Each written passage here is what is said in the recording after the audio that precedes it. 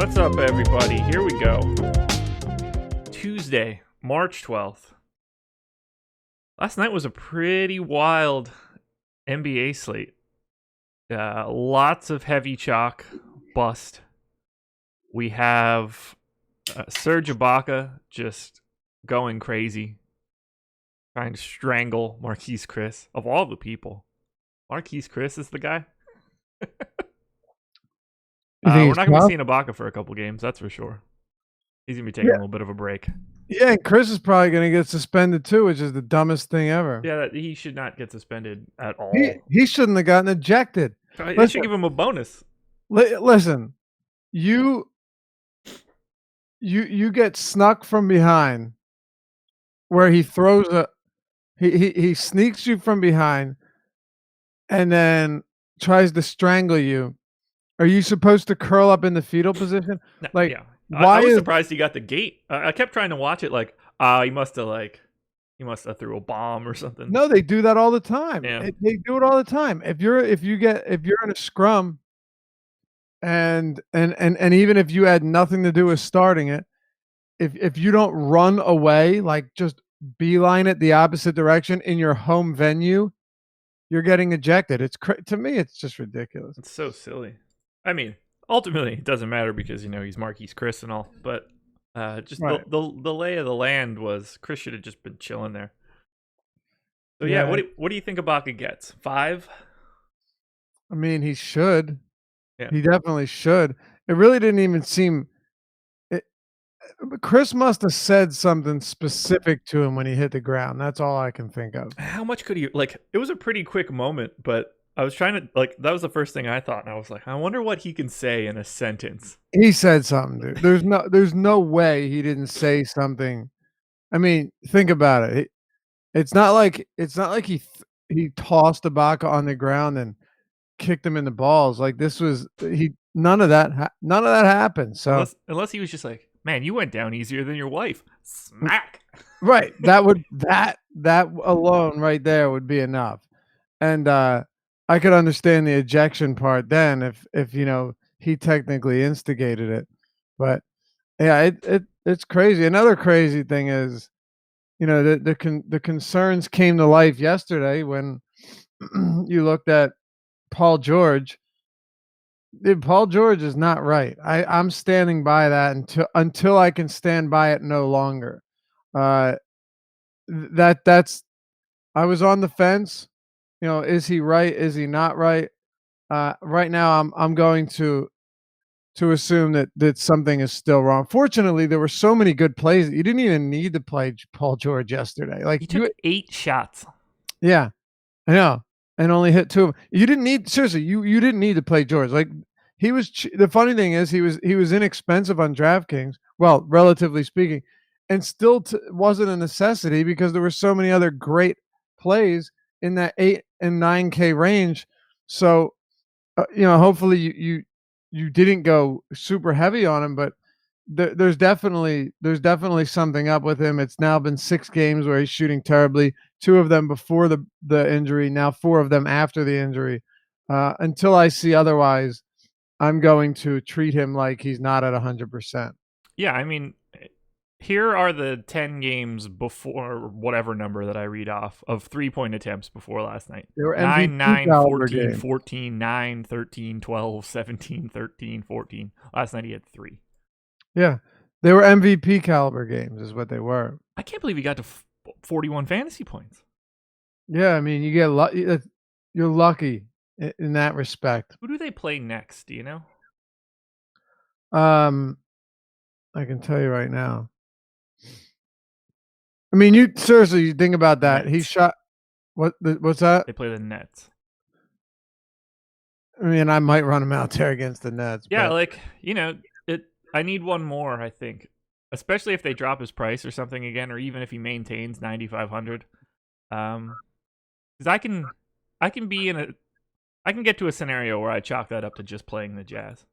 Well, I mean, 8 field goal attempts is hard to chalk up to. That one scares me a little bit. But he got to the line 12 times, though. So right. It's not as if he's not, he's engaged at least. Right. No, he's still been pretty aggressive. What I'm saying though is like I think you can still get some fine games from him, but right now, like you're not seeing that 50% shooting from George. You're going to need him to get it done in other ways. You're going to need him to get to the line with high frequency. You're We're going to not need getting him. an MVP caliber Paul George right now. We're No, getting normal Paul George. right. And see, the thing about this team is when you don't have the MVP caliber George, Westbrook has no problem taking over. And you know, Schroeder had been terrible too. Schroeder had been really bad. He finally broke out of it yesterday. Schroeder had been just as bad as Paul George had been. Yeah. So, you know, now you got them Schroeder back. We'll see. Look, this is certainly not me saying this is certainly I'm not saying not to play Paul George when he faces the Nets. Just simply that I still don't think he's 100% right now. And it's not like his shots his shots are not missing by a little bit on a lot of these. Like Yeah. he's so out of sync right now. Yeah, it's a shame too. I wanted to see him make that full on run towards first team All NBA. Yeah, it's a two-man race right now. Yeah, it should just be Giannis, but that's neither here nor there. That's ridiculous, but we can talk about that some. To say that it shouldn't be hard to say that Harden shouldn't be in it is absurd. I don't know how to everything checks off for Giannis in every other MVP race we've ever had in the history of basketball. Best team in the East, the best point differential in the league, the leader of that team, doing everything on offense, doing close to everything on defense. Like he checks every box of every traditional MVP candidate. The fact that it's a race is incredible. Well, the one box that's kind of important to check is when your entire team gets hurt, can you win games in the Western Conference? And that box was checked for James Harden. It certainly was. I mean, you're talking Paul was down for like a month and a half. Clint Capella went down for what, 4 to 6 weeks? You lost everybody, man. You lost Austin Rivers at one point even, which obviously you say, oh, it's nothing, right? But they had nothing. That team was the starting lineup was James Harden, my God, Kenneth Faried, PJ Tucker, Austin Rivers, and Daniel House. And they were winning games. So that's why I think he belongs in the conversation squarely. Yeah, he's a pretty definitive number 2 for me. Interesting. I just I can't even mount a case to not be Giannis.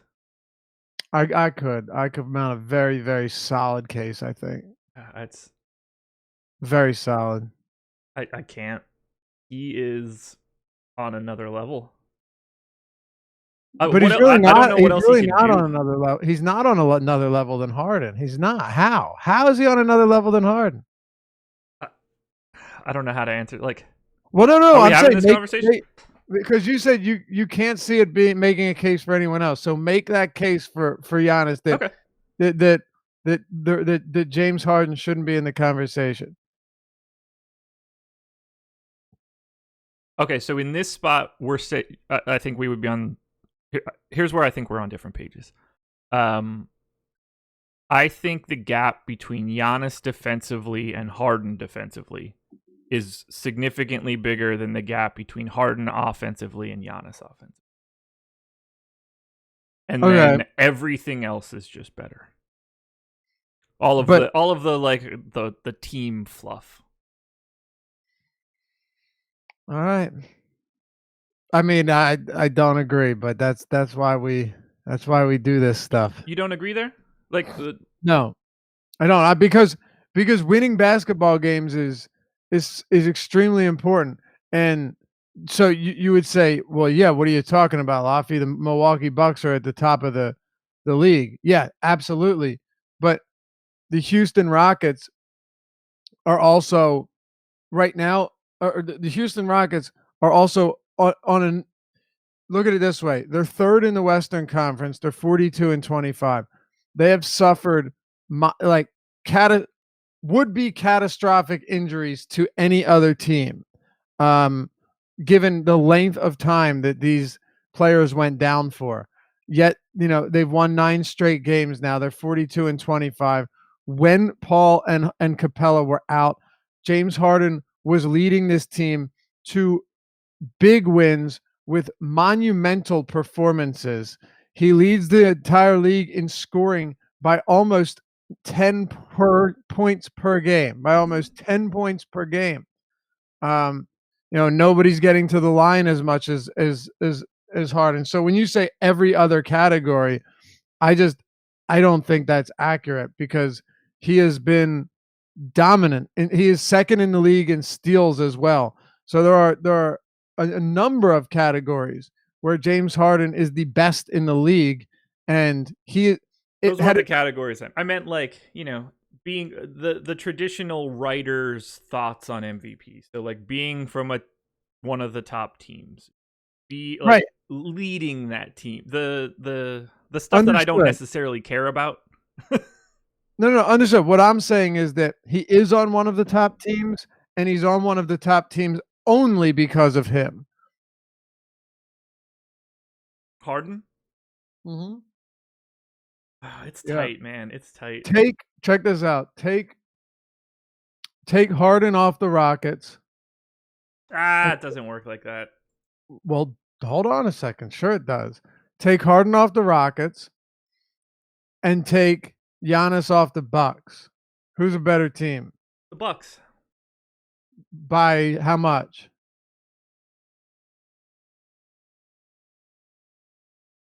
Not as much as people think it is. Okay.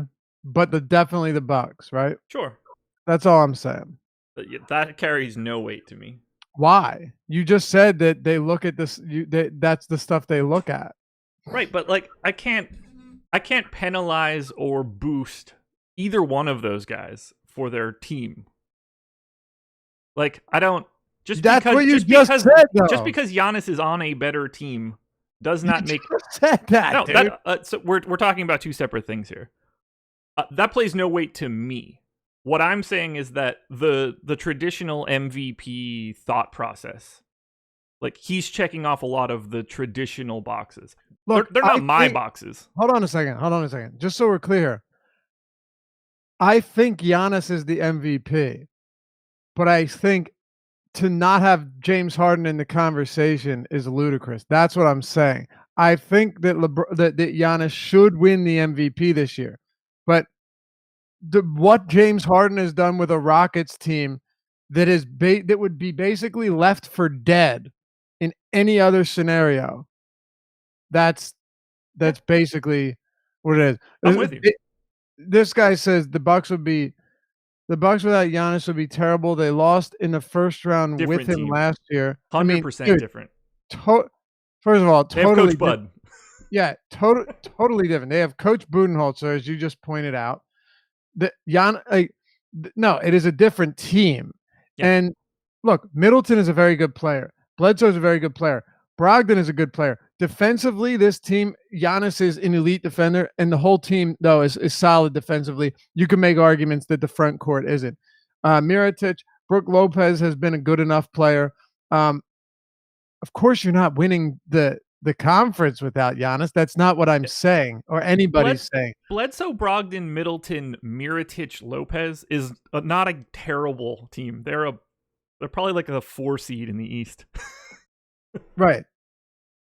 I'd put them 5th, right? I'd put them behind Toronto in no specific order. Toronto, Philly, Boston, and Indy. I've been impressed with the Indianapolis Pacers. Maybe you could put them above Indy. I mean, if Indy doesn't have Oladipo, then I would.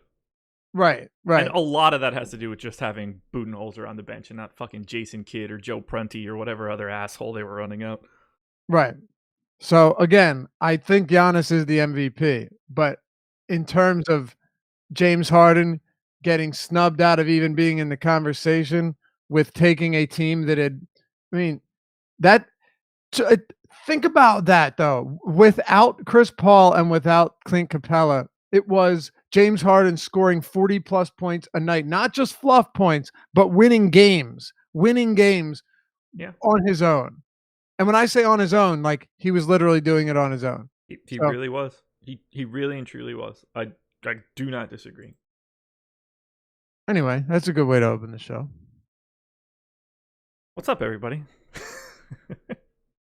I like it. That was a nice little 15-minute back and forth. We need that. The problem is, we've got 7 games to talk about, and we're in trouble. Yeah, we'll do our best. There's a couple games that we're not going to spend much time on. I can tell you that much. Very true.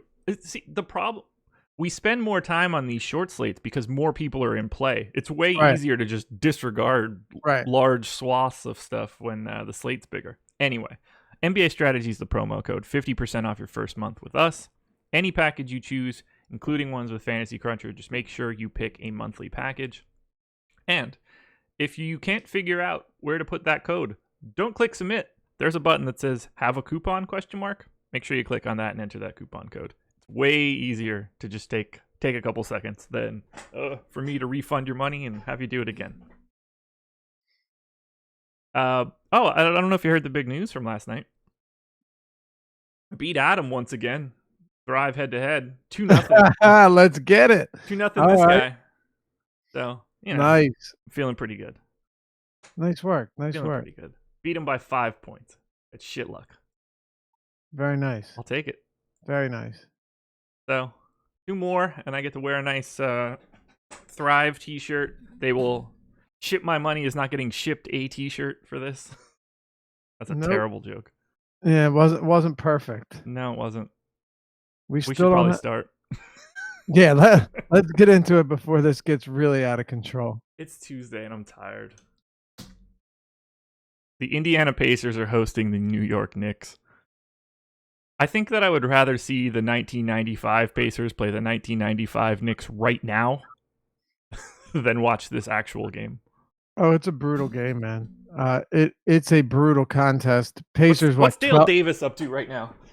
12-point favorites, 210.5 total. Oh man, we in the business like to call this a barn burner. This one is gonna be really, really good, Josh. I'd rather be trapped in a burning barn. Yeah, there's nothing about this that I like. I mean, Miles Turner's fine, but with Sabonis back, right? With Sabonis back, that game last game against the Sixers made a ridiculous push in the second half. And by ridiculous push, check this out. And I say this because Sabonis ended up only playing 20 minutes. Sixers went into the half down by like 10 points or whatever. I forget what it was. In the second half, the Pacers scored 30 points in the second half. Okay. Joel Embiid scored 24. Think about how insane that is. One player almost matched the team's scoring in the second half. That's gross.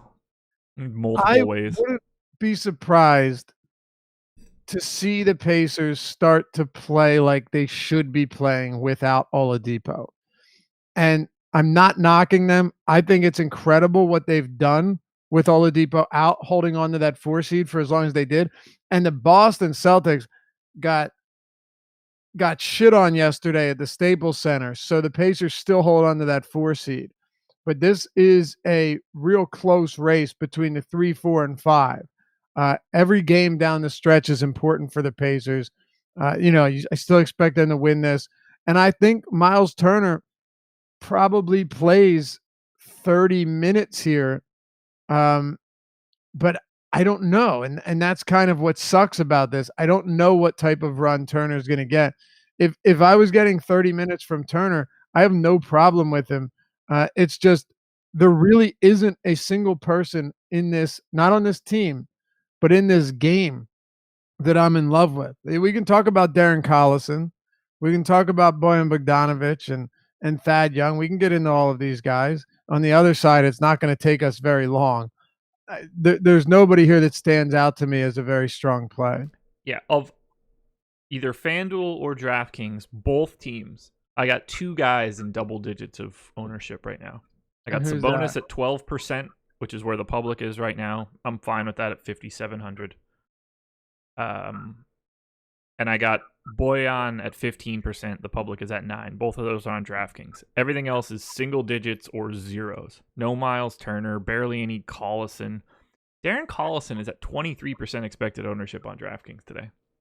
I feel like people continue to assume that he is a good basketball player, elite per minute guy. No, take Oladipo off the court on the season. He is a almost one flat. He is one flat over the last 30 days. Right. And on the season with Oladipo, it's off the court, it's 1.01. Yeah. So that, I know he's facing the Knicks, right? But I can't be projecting Collison at like 1.1 fantasy points per minute here. I just, there's no reason for me to do that. The Knicks, they do not play at an elevated pace. They actually, are a pace up team when compared to the Pacers, but it's not enough, right? It's not enough. Take it over the last or since the start of January, they're what, playing at a fewer than 100 possessions per 48.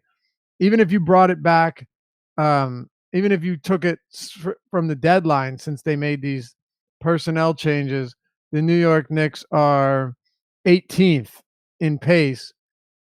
There's nothing that stands out. No, a little bit of Dennis Smith on FanDuel I think is okay. His price is down to $5,800. He's $100 cheaper than he is on DraftKings. So I'm willing to look at that, but again, like I said, I don't have any Nick. So I have Dennis Smith at 8% on FanDuel.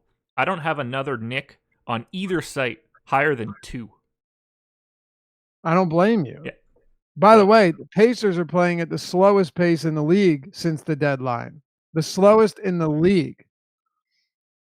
So that doesn't exactly make things more appealing for the Knicks. It certainly doesn't. Yeah, they are. I have them 26th in my pace metric. So 4 teams below them. Right. They're just and it's only getting worse. Yeah, exactly. And I love me some Mitchell Robinson, but I'm not projecting him for more than 23, 24 minutes today. Yeah, I gave him 22. Yeah. It's and David Fizdale's been all over the map when Jordan's been healthy in terms of their minutes. The only guy I would point out is Noah Vonleh. Like Noah Vonleh, he is cheap. He's now played 28 plus minutes in 4 straight games. He's at least getting some opportunities. He's gotten consistent minutes, but the problem is that rug can be swept out from underneath him very quickly, and we've seen it happen countless times before. So, while Noah Vonleh is getting those minutes, is he really, is he worth all of the trouble? I'd say if you're playing 150 lineups, maybe you end up with a few percent, very low exposure to Vonleh, just because if he plays 30 minutes, he could be all right. But outside of that, no, there's really nobody that you can get to with any confidence whatsoever. Nope. I'm just going to try to ignore this. I don't see why not, honestly. You don't need to go here.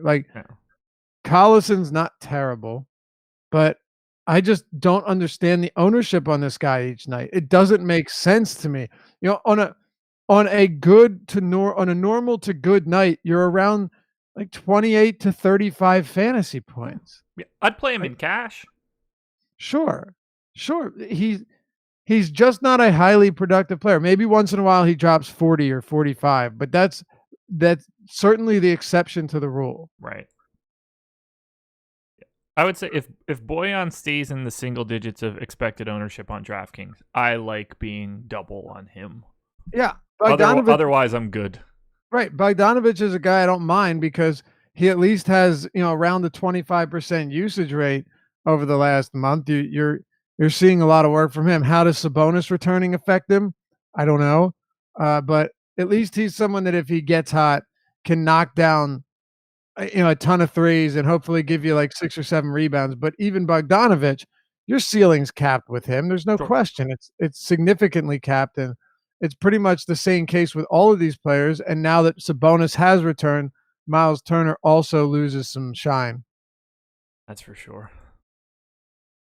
Get out of this game. It's gross. Please do. And you know what? This one's not much better, but we're lucky enough to have a lot of walking wounded. So at the very least, we have value. The Philadelphia 76ers are hosting the Cleveland Cavaliers. They are 14-point favorites right now. I would have assumed the Cavs had the lowest implied total at 104.25. However, the Knicks got them beat here by a lot. Yeah. We'll start on Philly. No Jimmy Butler. Boban is back. Probably doesn't matter all that much, but need to say it. So, what do you think we get out of Embiid from a minutes perspective?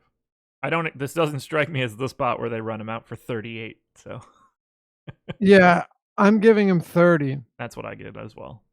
and I feel all right about that. Yeah. You know, he played 28 minutes last game, but he also came out of the game with 3 minutes left, 2 or 3 minutes left. If you go back and you look at this one, so I'm not projecting him based on a blowout.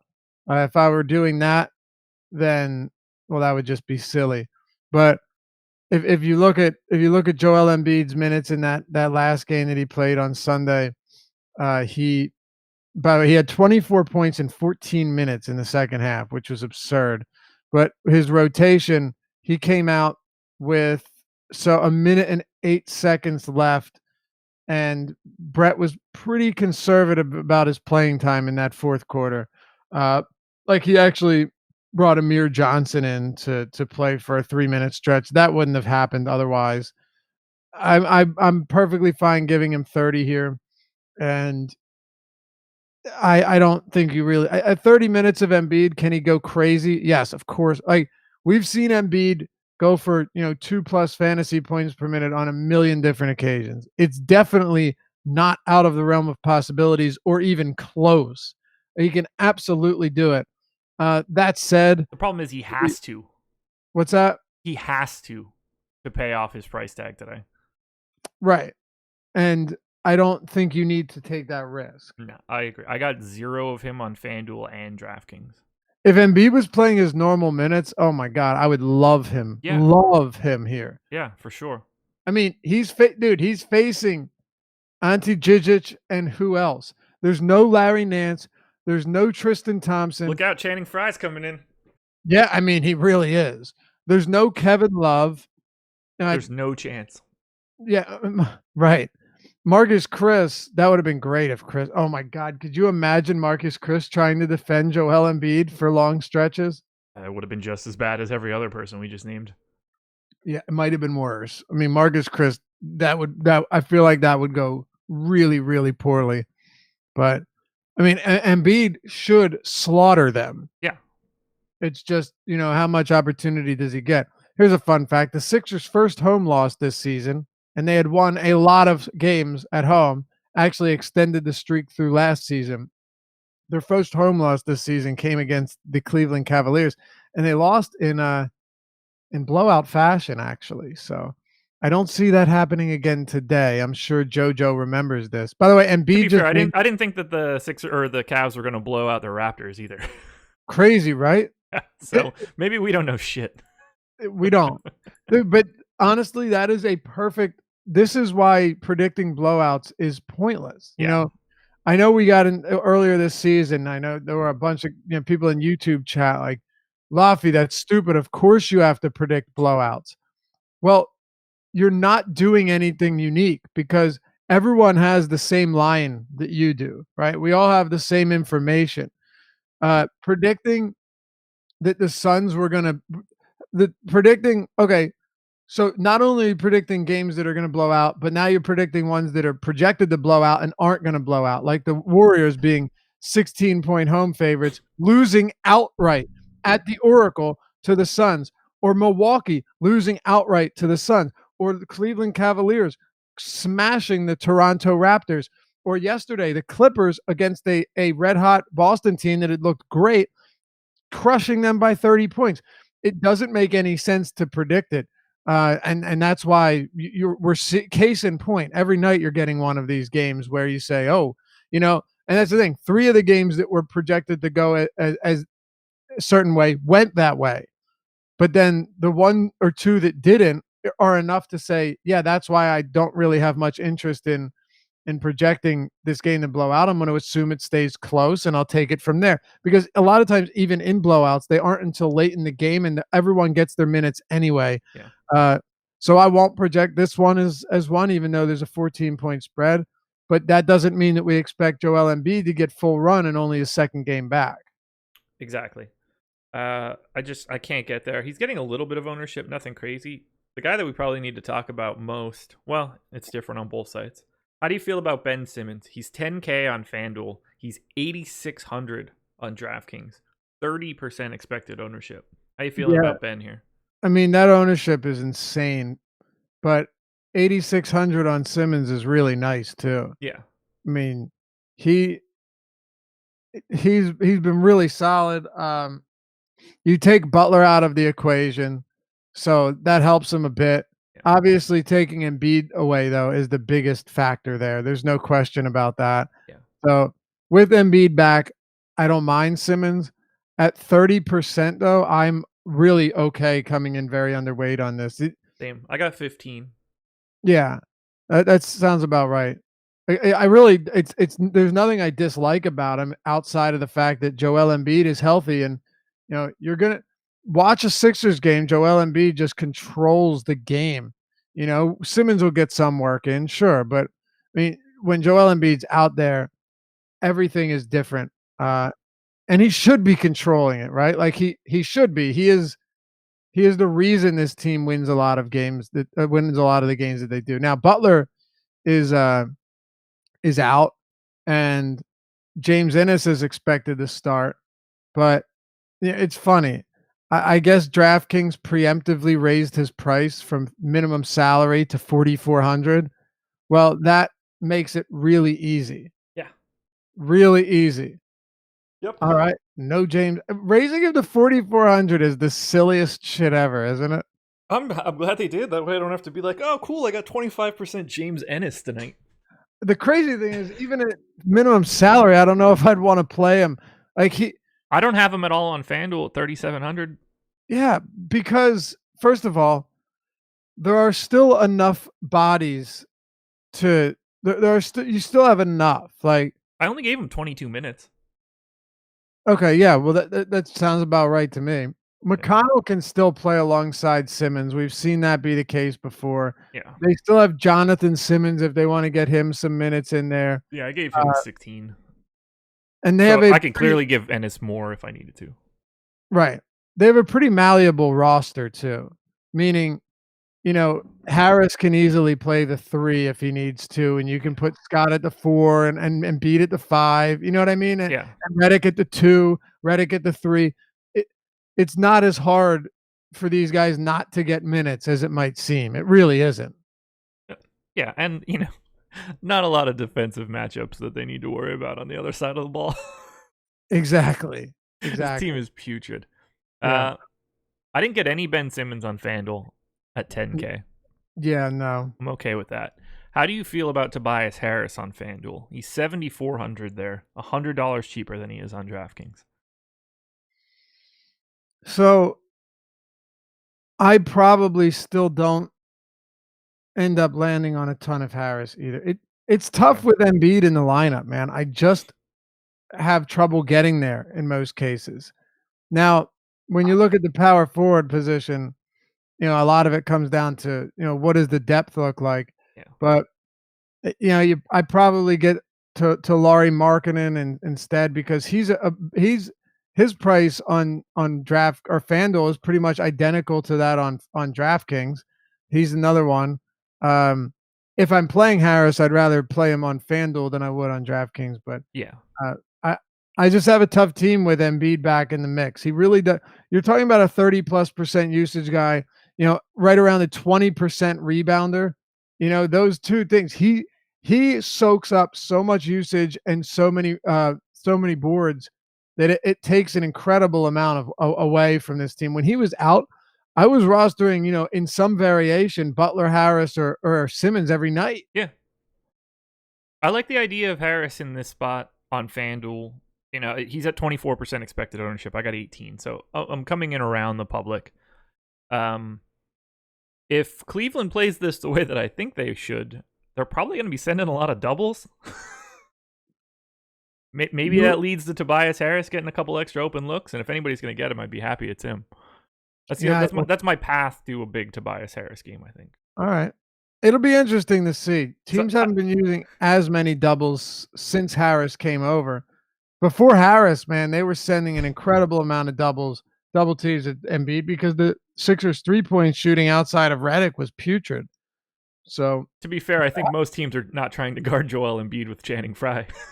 Exactly. Yeah, it's true. But Harris is a lethal three-point shooter this year. So, you know, if you're right, then he becomes a very, very, very underrated play. Well, not underrated because he's getting ownership. A really appealing play for that reason, no doubt. I mean, it's either that or Embiid, or they don't, and Embiid just destroys the entire Cleveland team. Right. But that's what makes with Embiid healthy, that's what makes this team dangerous now is they have Tobias Harris as an added weapon beyond the arc. They did not have that before. It makes a big difference. I mean, this is going to be a really interesting test case because this is going to look like probably the top 4 guys for the Sixers next year.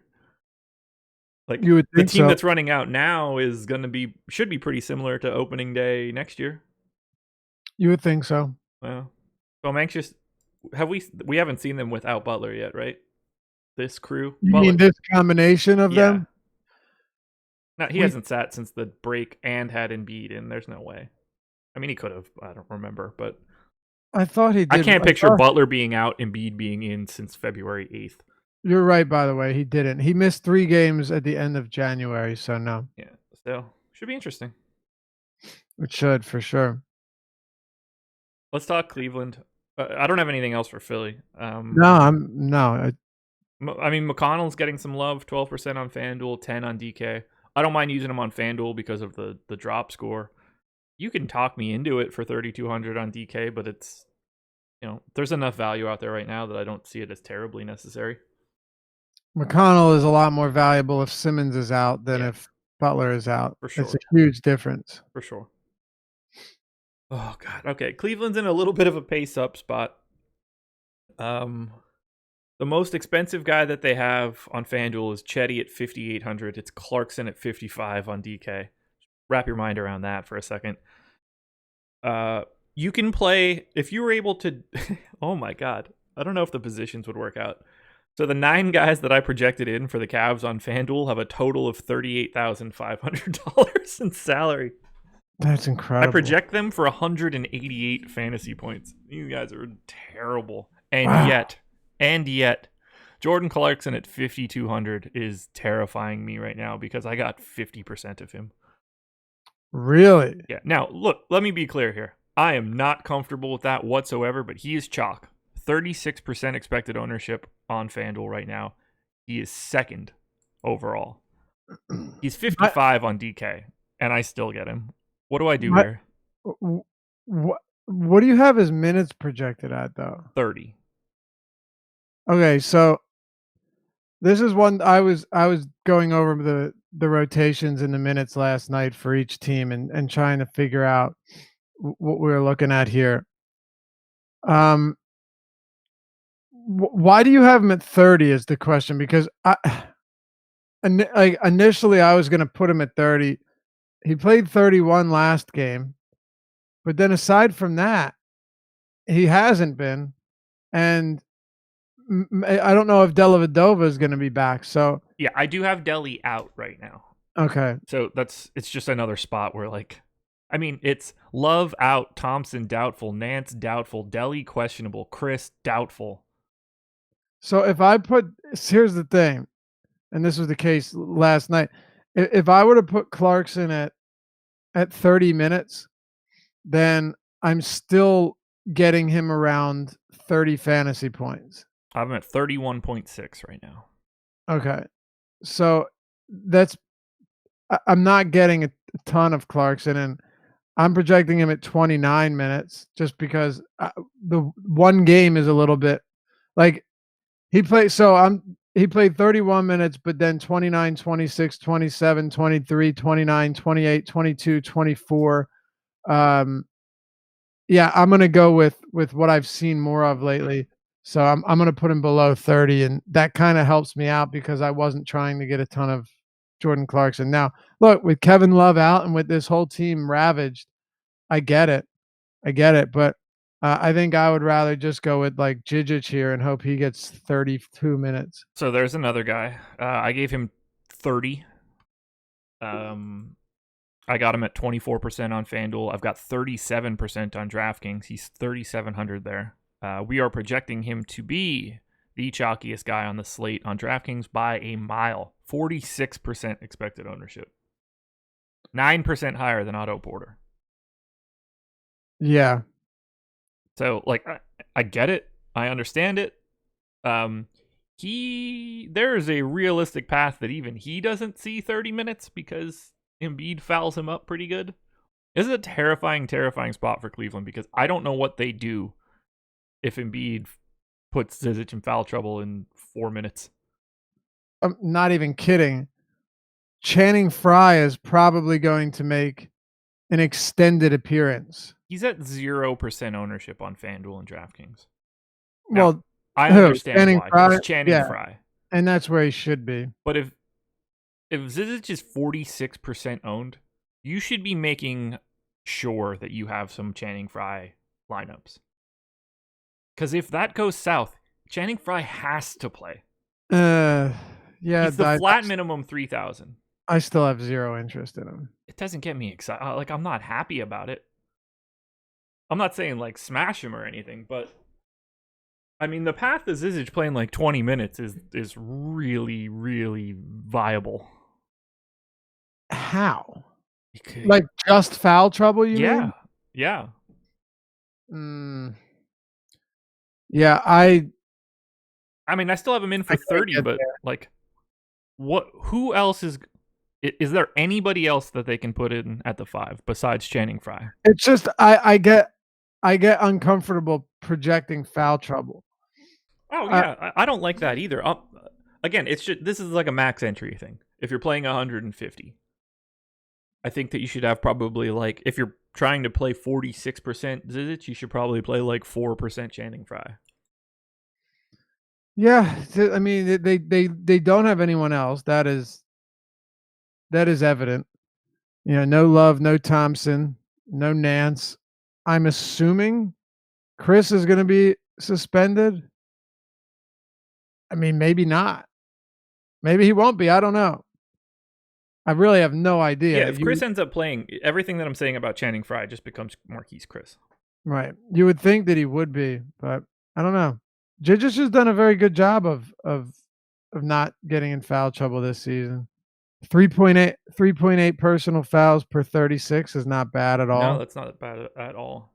I don't know. The thing with Channing Frye for me is like this is okay. So this is the thing. Not only do I have to get Jijic's foul trouble right, but then I have to get Channing Frye producing actual fantasy points correct. So, and it's not just one thing; it's two things that I have to get spot on. We're talking about this way more than we should. Probably, but I mean, realistically, Jijic could play 35 minutes tonight, so it's an important conversation. Like, I mean, I have him in 37% of my lineups. Yeah, I have him at 32 minutes right now, and I wouldn't be surprised to see him play. I could project Jijic for 29 or 28 minutes and still get a ton of him, like an outrageous amount of Jijic.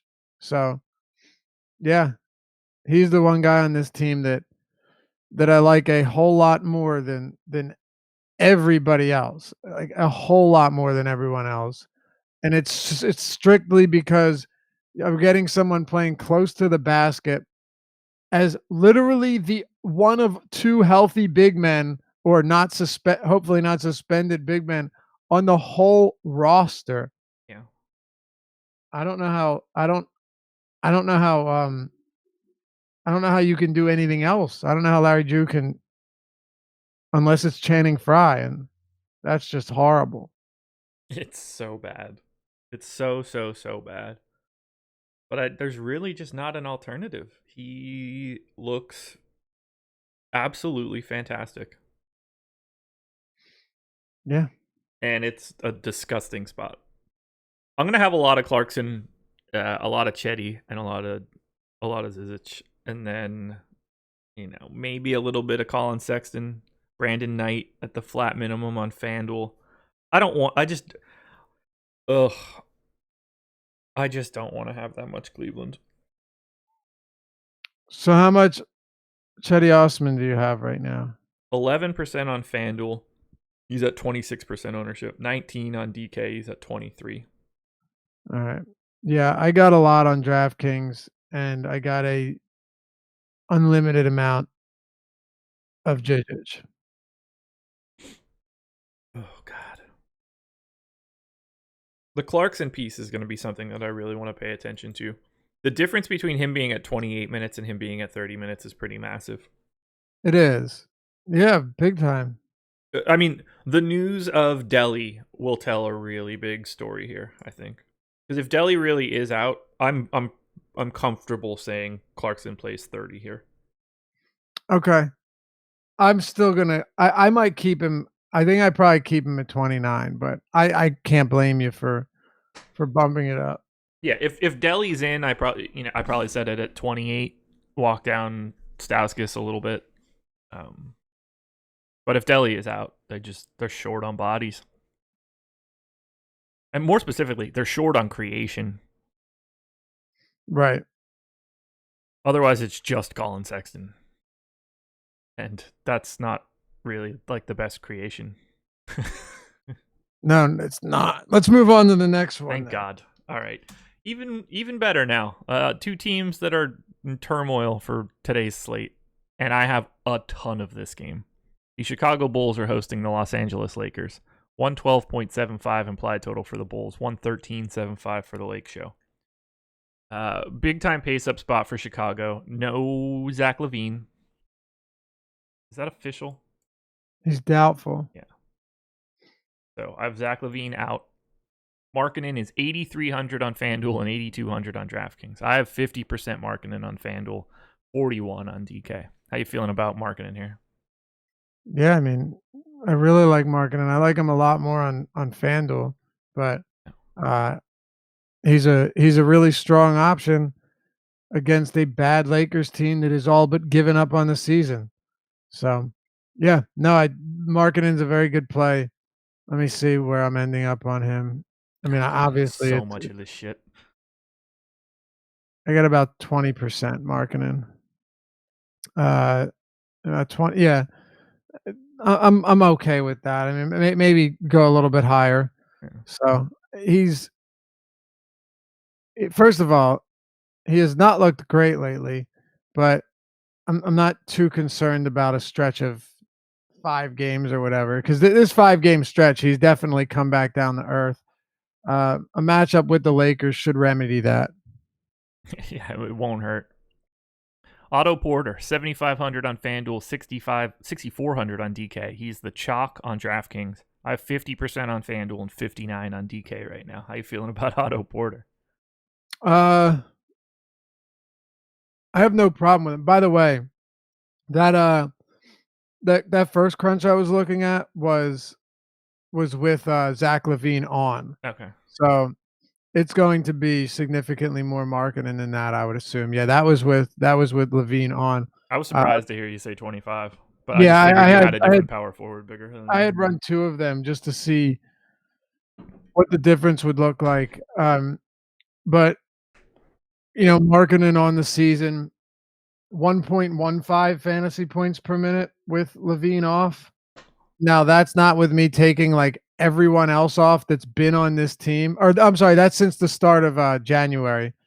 If I were to bring it since the trade deadline, actually let's do that real quickly. Let's just look at the team since the trade deadline with LaVine off the court, Cool. because we've got about a month now. Sure, we had the All-Star break, but still, let's take a look at this. So per minute, Marketing leads the team at 1.1, Porter at 1.1, Lopez at 0.9, Shaq Harrison and this. So you don't have a lot of minutes here, and that's to be expected. But yeah, he's going to present a ton of value in this spot with Levine not expected to play, and so should Otto Porter. You know, the most important thing with Otto Porter is, save for that last game where they got torched, he was playing, 33 plus minutes pretty much every night, and I would expect him to get back to that today. Both of them very strong plays here. If Levine were to play, I would definitely have a lot less marketing than I do. It doesn't mean I wouldn't still like him, but with Levine not expected to play, marketing becomes that much more appealing. Yeah, I'm gonna have a hard time getting away from him in a lot of these bowls. Yeah, it's gonna be tough. Tons of Markkanen, tons of Porter, tons of Chris Dunn, 5,900 on FanDuel, 5,200 on DK. He has been putrid lately. But he is a different player when Zach LaVine is not on the floor. He's very different. He's absolutely different. Now, it'd be nice to know if Boylan was going to give him some decent run here. I gave him 30. I didn't even really move it. Oh, you did? Okay. Yeah. Well, I mean, he hasn't been getting 30 lately, so that's what I mean. Like, it's the last two competitive games he played 28 and 26. So I don't know what to expect from Chris Dunn. Does he get back up to 30? Do Arcidiacono and who started last game and Shaq Harrison continue to get added run? I don't really know. Yeah, if this game can be close, I expect Dunn to play 30 minutes here. They got walloped in that last one, so it makes it tough. Filling 36 minutes for Levine off of those other two starts, it's just kind of easy for him to get there. Dunn was really good earlier this year when Levine missed that stretch. Mm-hmm. I think people are probably going to end up sleeping on that a little bit. No, he definitely was. And even if he only plays 28 minutes, he's still very much discounted enough to where it doesn't make that big of a difference, right? So, Dunn on the season without Levine, 1.09 fantasy points per minute. Right. And this is an advantageous, it's the best defensive matchup on the slate and a massive pace up spot for Chicago. So there are two more check marks to make that number bigger. Yep. Yeah, no, it's very appealing here. How many minutes do you have Arcidiacono and Shaq Harrison at? That's what I want to know. 30 at Archie, 21 at Shaq Harrison. That sounds about right to me. And if I have 30 minutes at Archie, I have him at 64% on FanDuel. And he's the flat minimum, so we're not really talking about the same sort of thing. I got him at 39% on DK. 39. Yeah, it doesn't feel good, but it is unfortunately one of these spots where it's against the Lakers. You have no Zach LaVine, and he's probably going to play 30 minutes. Yeah. I get it. I hate it, but I get it. It's nuts. Shaq Harrison at 21% on DraftKings. Not super fond of getting to him, but I understand why people are doing it. I scaled it back a lot after I ran my first crunch. Like I was not okay with the amount of Shaq Harrison I got. I can tell you straight up, I was not okay with it. Like, I assume people are looking at the most recent game log, like, yo, Levine was out and he played 31 minutes. Yeah, exactly. He played every minute from the middle of the third quarter straight through the end of the game. Exactly, and that's exactly what they're looking at. There's no question that's what people are looking at. He played 12 minutes in the first half. Right. So, well, I mean, if he played 12 minutes in the first half, then it puts him on pace for 24 minutes, which wouldn't be awful, but still, you're gonna have a tough time convincing me that's where you need to go. I mean, yeah. I mean, I don't know what the Bulls did in the second quarter. I don't know if you've looked at this rotation, but it's chopped up in all sorts of different weird ways. Well, what I found strange was how short Markkanen and Dunn's, in the first quarter. That was very strange to me. They literally came out and then came back in for the starters. Yeah, I couldn't really figure it out, but yeah, if you look and see, like, oh, Blake and he got 14 minutes, that one doesn't count. Selden played a ton because of this blowout. Harrison, TLC barely played 24. Yeah, but he was staring what was he looking at? 12 total minutes if this game is close, 14, Right. something like Right. that. No, about 12. You're right. Yeah. So that's why, like, I think the minimum for Chris Dunn would be something around 28. He didn't play all of the fourth quarter. Just giving him like a normal fourth quarter run gets him right around where you need to be. Yeah, 28 is. I have done it 28, and I Yeah. still get plenty of them. So Yeah. I'm okay with leaving it there. Harrison's the one that I honestly have had some trouble with projecting his minutes. Like Arcidiacono, I'm putting him at 30. I have no problem with that. I expect him to get right around 30.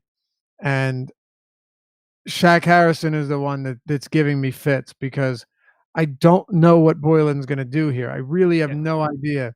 Is Shaq Harrison gonna play 8 minutes to close out the second quarter? Because project I don't know what to read. I don't know how to take anything out of that second quarter. The first quarter looks relatively normal besides the weird Mark and Dunn stuff, but yeah, I don't know how to hash out those substitution patterns. Neither do I. I don't think anybody does here. But you have to target this Bulls team. Like with Levine out, it makes it so much more appealing. So you have Markkanen, you have Dunn, you have Porter, Arcidiacono, and it's just because he's bad, but he's basically free. Shaq Harrison is honestly the one that I'm not opposed to just getting away from him. Yeah. Really as much as I can. I don't have an issue with that. I get it. He's really, really cheap, but you also have plenty of other like you have Djigic, you have Arcidiacono, who we know is going to play more minutes. Neither of them are great per minute guys. It's not like we don't have any bottom barrel value here. We do. I mean, even just in this game, if Harrison's 21 and Wayne Selden is 8, like, are you really that confident that Harrison just smashes Wayne Selden every day? No, and you shouldn't be. Right. You shouldn't be, and they both should play around the same minutes. Yeah, like I gave Selden 24. I can, in a perfect world, I could probably give a couple more minutes to Shaq Harrison. But I mean, we're just picking garbage out of the bottom of the Bulls barrel. Yep, it's exactly what we're doing. Now on FanDuel, it's a completely different story because of the drop scores and stuff. But to get to like 1/5 of your lineups having Shaq Harrison, that seems like a stretch. Yeah, it's the furthest thing from enjoyable. Put it that way. Yeah. Just focus most on Markkanen and Porter Dunn. That's the real spot. And then Arcidiacono, do whatever you want because he really is going to play, barring some sort of weird disaster. And by play, we mean he's going to be on the court. Yeah, like I expect him to play no less than 28 minutes and potentially 36. Right. What I'm saying is what he does with those minutes is very much uncertain. Yeah, that's an understatement. Yeah. I can't believe he's getting as much run as he is. I was surprised they even offered him the contract last year. It's pretty outrageous, but they did. Yes, they did. And here he is playing 30 minutes a game in the NBA. Let's go to the Lakers. Yep. LeBron James is 11-5 on FanDuel and 11-2 on DK. I can't see a single scenario where you would want to play LeBron James on DraftKings today. Had no interest in him last game, have no interest in him this game. He didn't show up in 250 crunches for me on DK. Yeah, I got a lot more Giannis, put it that way. Yeah. I mean, heck of a performance, triple-double in 28 minutes, but once again, in a losing effort. He's setting all these records and passing all of these guys for most points, passing Michael Jordan. What a horrible time to be doing it. They're losing every game. Yeah. I wanted to make a goat noise there, but I don't know how to make a goat noise. I can't do it. Well, you tried. Yeah, I don't have goat in me. But, yeah, don't play LeBron. Don't play him. What do you have him in for minutes? I gave him 30. I'm giving him 28. Yeah. I don't know. I mean, could he play 30? Sure, but I gave him 30 and got flat 0, so right. I'm good. Yeah, Walton's going to keep him at 28, 30 minutes. Yeah. Actually, it's funny because this Lakers team is the one that I've had the most trouble with projecting minutes. And I mean, I'll tell you why. It should get easier now that 2/3 of the team is hurt. Well, 2/3 of the real team. Yeah, but here's the problem. It doesn't, I know. because Andre Ingram might get a lot of minutes. Yeah, I didn't give him any. That's the problem. We just need to hear more. I don't know what to give Andre Ingram, but they just brought him up. Obviously, they liked what they saw from him when he got some of that run earlier in the season and like Andre Ingram with them completely out of it could legitimately get minutes. He could today. play 30 minutes today and it wouldn't shock me. But I don't like. I need to hear a little bit more. Right now, I have 10 guys in for the Lakers. So I didn't naturally have a spot to just slot him in without just trimming everybody, and that felt weird. So I want to see if we can get a little bit more news about what they're thinking about doing. Because right now, I think they have like a legitimately full rotation. It's just how much are you a believer in some of these goons? By the way, it was last year I was talking about Ingram at the end of the year. Yeah, for Andre Ingram. Yeah, and he's like a big time fan favorite there because of his story. He's 33 years old. Does Andre Ingram get run? I don't know.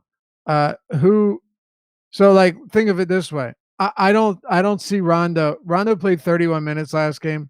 Would not be even remotely surprised if Rondo is down to playing 28 minutes a game. Mind you, they're on the road. You're not in front of a home audience, so that makes it, now you have even less responsibility when it comes to playing your guys. I gave him 32. I'm not comfortable with it though. Yeah, I knocked him down to I think 30. We have one guy that we really need to talk about. Go ahead. Wagner. He's at 6% expected ownership on DraftKings. Yeah, I got 57. You have 57? 57. I put him in for 28 minutes. Jeez. Played 34 and 27 the last two. Yeah, Kuzma missed both of them. Right. So, like, this is why I'm having so much difficulty with this. Because Jonathan Williams played 29 minutes and 15 minutes in his last two games. Yep. I gave him 18. I mean, Tyson Chandler, I don't even know if he's going to play. JaVale McGee might play 20, might play 13. Yeah. I'm telling you, man, this is the toughest game. This is the toughest team to figure out what they're going to do because Kuzma's expected to play. I don't know what to do here. I have no idea. I don't think Luke Walton has any idea, seriously. No. How many minutes would you have to put Mo Wagner in before you, or how many, like, what do you have him at? Let's start there. I mean, first of all, if I gave him 23 minutes, he'd probably pop up in some spots. Yeah, for sure. I don't know where to put him. I've struggled. I have struggled with this all night. Last night I couldn't get it right. And the reason is because I have no idea if it's going to be McGee, if Tyson Chandler, even if he's active, if Walton's going to be like, listen, man, just take the rest of the season off, or if Wagner's going to play significant minutes. It's possible that Wagner plays 27 minutes because that last game he played 34. Williams still played 29. So even if you bring Kuzma back and give him 34 minutes, Wagner could still play 29. Yeah. That's why it's so difficult. Yeah. The minutes here are definitely going to be in flux. It wouldn't surprise me if they don't play Kuzma much at the 5 any longer. I don't think they'll play him at the 5. But that still doesn't take away from the fact that there are other players, there are other guys here that could get minutes. I don't know. Yeah, I'm very nervous about this one. But at that ownership, by the way, Wagner to me is appealing for sure. Right. Yeah, if he's under 10%, he doesn't need that many minutes to be the play that you want him to be. Let's see. If Yeah. I pull him down to 24, what happens? And it's against Chicago. I'll just give those straight to Tyson Chandler. Who gives a shit? It doesn't matter where they go. No. Yeah, like I'm still gonna have him in 30% of my lineups at 24 minutes. What do you have him projected out on a per minute basis? 0.9. Okay. 0.9 seems pretty reasonable. Yeah, Scurry. Super scurred. it is, but I get it, and I will. I'm gonna have some Wagner. I'm going to. Like I said, though, you're watching the show right now. Understand that none of us have it. Like, Yeah. no one has any idea what this rotation's gonna look like No. at all. No. It's tricky. Starting lineup here is going to be very, very important. Just knowing, like, oh, okay, at least those 5 guys are in. Right. Right. Yeah, pay close attention. I'll be updating this. Even if you get the starting lineup, though, like if Kuzma's, we don't know if Kuzma's going to play 28 minutes or 36 minutes. Yeah. I mean, I think we've talked about this one as much as we can, but Let's roll out of here. Hit that like button while you're here, everybody. It's very, very helpful. Don't be afraid to comment, too. Even just, like, nice things. Talk to me about how much you're rooting for Adam against me. I don't get the sense that I'm the fan favorite in that one. I'm also very comfortable with that. I think you embrace it. Oh, yeah. I'm the villain, man. I'm the heel. Gotta be. Been a wrestling fan my entire life. New Orleans Pelicans hosting the Milwaukee Bucks. Wait, what? I said that's unfortunate. Oh, God. You're talking about the fake stuff? You bite your tongue. I am that guy, too. Like, I am not afraid to say it. Oh, he called it fake wrestling. Yep, I called it fake wrestling. Sure, listen, they're stupendous actors. They're in very good shape. Some of their athleticism is off the charts, but what they're doing is entirely fictitious. It's choreographed. Yes, correct. Yes. So it's like you're watching a play. You're going to see Hamilton, except they're wearing no shirt. Except they're not going to blow their knees out while they do it. Right. Right. I don't see the lead guy. Where's Lin-Manuel Miranda taking a chair shot? Listen. I was huge on WWF at the time. That's what it was when I was 8.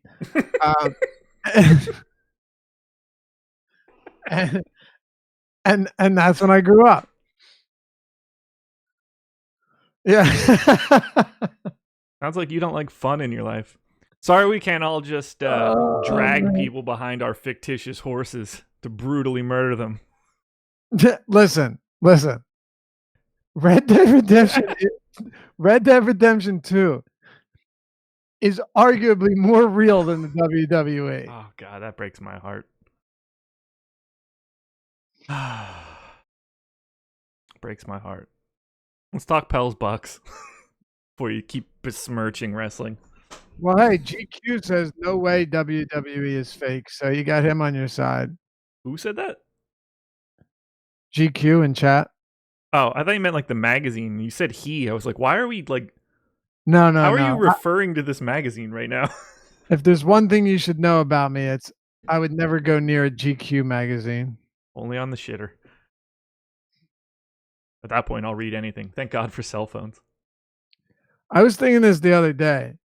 My dump time would be shortened by probably 20 minutes a trip if I did not have a smartphone.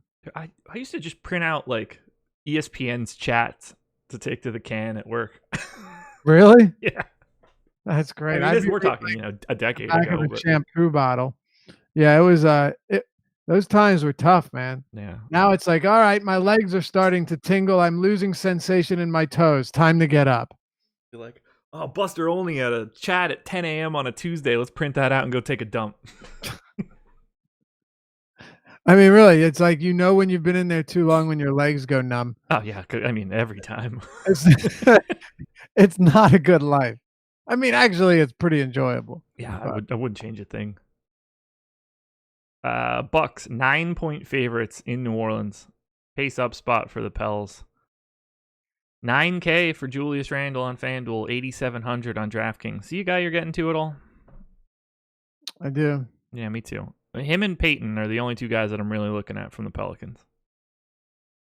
Braden Hoffman and where is it? The full 8 seconds say Laffy needs better load management. Huh. I'm assuming they're talking about taking a dump. I guess. Sorry. Randall Payton. I don't have anybody else in this game. Well, from the Pelican side. Yeah, I do have. Well, I would have had some interest in Peyton or Alfred. Sorry, in Randall, had he not been at this price point. It's more difficult it's pretty tough for me to get there. I don't know about you and how much you're ending up on him. I think I got around like 7%. Yeah, I have 5 on DK, but I have 20 on FanDuel. Yeah, FanDuel's certainly a bit different. On DraftKings, I did not end up with a lot. Again, I think it was 7%. Alfred Payton, here's the thing. What are you projecting his minutes at? 32. Okay, me too. I had seen him in several different places projected at 34.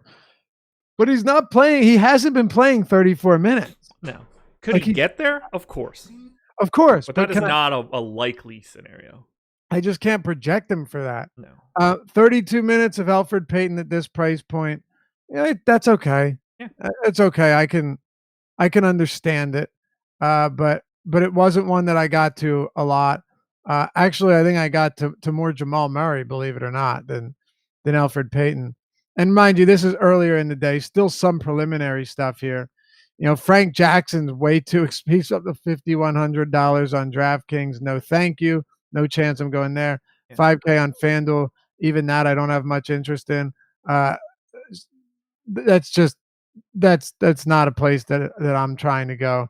Outside of that, no, it's pretty ugly. I'll throw, Anthony Davis is going to play 21 minutes. He's probably going to give you 40 or so fantasy points. And even so, the fact that his ceiling is at 21 minutes, it's so much harder for him to give you like 50 fantasy points there. It's kind of tough. I'd rather play like a similarly priced Lou Williams when you're talking about the price point, right? Like, all right, Lou Williams has come up in price a bit. I thought they were both 6,800. What are your thoughts on Davis at 6,800 on DraftKings? I won't have any.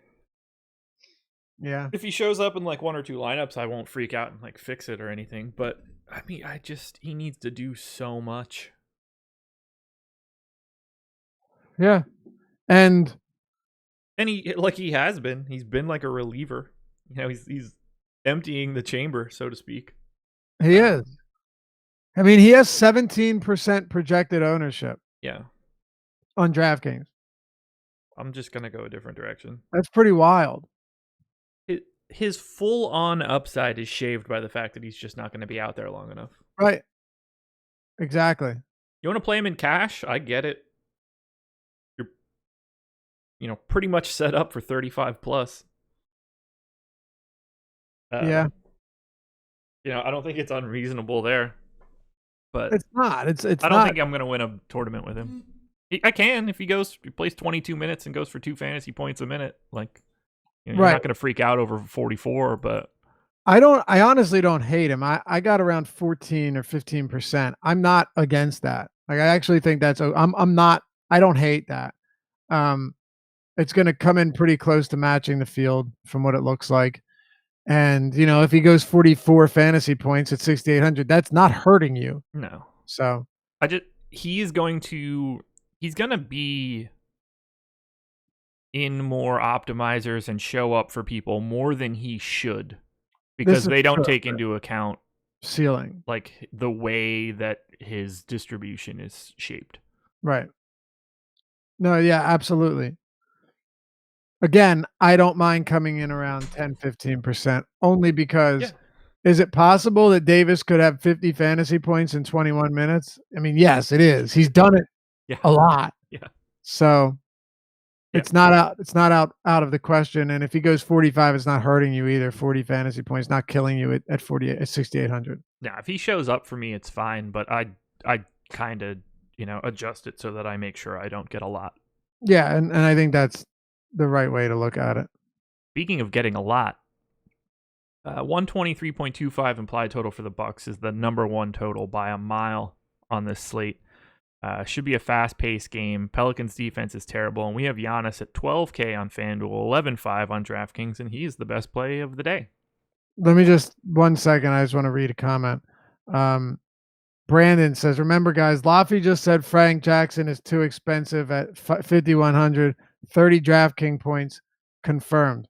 I just want to throw this out at you before we move on. Keep this in mind. For Frank Jackson to give you 30 fantasy points, you need another 20 plus point scoring output from Frank Jackson, and you also need him to, he's taken 20 and 18 shots over his last 2 games. Forgive me if I don't believe that's sustainable." Go ahead. Even if he gets you 30, I don't even care if I have him or not. Right. Like at 5K, what meat is left on the bone at 5K on Frank Jackson against the Bucks? None. I have his target score at 38 on DK. If he scores 30, I'm depressed. Frank Jackson getting the 38. That's an uphill battle. Yeah. Hey, look, I'm not hating on you. If you like Frank Jackson, that's perfectly fine. But to me, 5,100 is pretty outrageous. And here's why. He's basically the same price as Malcolm Brogdon. Like, would you really rather have him over Malcolm Brogdon? No, I would not. I have absolutely zilch Frank Jackson on DK, and I intend to keep it that way. Yeah, I have none. And I only got like 8% Brogdon, but still, I'd still much rather have an almost identically priced Brogdon.